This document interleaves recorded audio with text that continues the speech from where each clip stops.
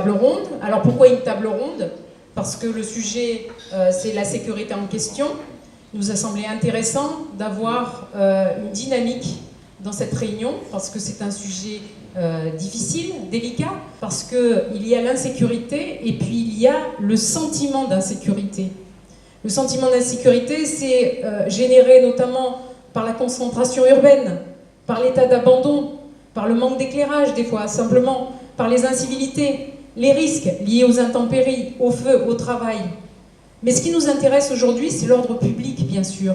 On a aujourd'hui une police qui dispose de moins de monde, avec une charge de travail quasiment multipliée par 2 par rapport à ce qu'elle était dans les années 80.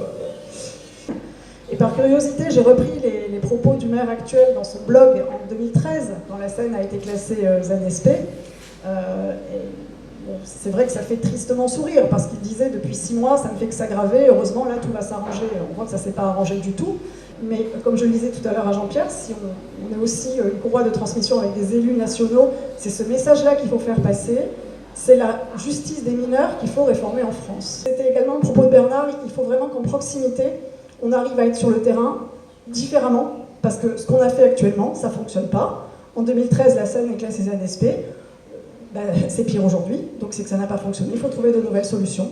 Si je prends le cas de la cité verte, on est bien sur une cité qui est devenue dortoir alors qu'à l'origine ce n'était pas tout à fait le cas. Ce sont des constructions qui bien souvent datent des années 50, 60, 70. 2013, Virginie Pain l'a rappelé, zone de sécurité prioritaire, soit 25% de la population de la Seine-sur-Mer qui est en zone de sécurité prioritaire. C'est pas ce que ressentent les gens, c'est-à-dire d'être prioritairement sécurisé. L'éducation, c'est les parents, l'instruction, c'est la République qui la doit. Voilà. Donc, à un moment donné, on ne pourra pas demander aux professeurs, aux éducateurs, aux travailleurs sociaux, aux policiers, d'assumer l'entièreté des difficultés, des responsabilités. Ce qui exaspère, c'est de demander toujours plus de moyens et de se conforter dans une stratégie qui tend à faire de la ville de la Seine-sur-Mer une ville dortoir assimilée à une banlieue.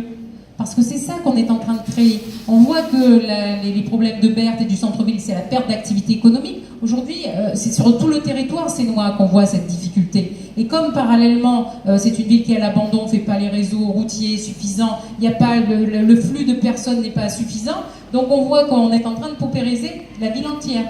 Ce que je dénonce, c'est les postures qui consistent à dire qu'on veut plus de présence policière, physique, plus de contrôle, quand en même temps, on démonte les portiques de sécurité installés par la région en gare de la Seine. Que le maire personnellement aille à la gare de la Seine pour enlever un portique en disant il ne faut pas stigmatiser la Seine.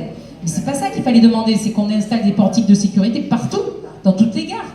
On parle surtout de Berthe, mais nous avons aussi la vraie problématique du centre-ville, où on voit que finalement ces réseaux et ces trafics se développent sur le centre-ville, un centre-ville qui n'a pas été rénové, qui est en perte d'activité économique, donc fait le foyer, devient un foyer aussi important que la cité verte au niveau de la délinquance. Cette réunion est le premier acte de la construction d'un projet municipal pour et avec les Sénois, dans le cadre d'un grand rassemblement de toutes les bonnes volontés. Il est important d'être ferme sur les contours de nos responsabilités en tant qu'élus locaux, pour que demain, en charge des affaires de la commune, nous puissions agir. Nous devons construire un projet capable de défendre les Sénois dans leur vie de tous les jours, et nous devons être très fermes sur les valeurs de la République, qui sont le seul garant de bien vivre ensemble.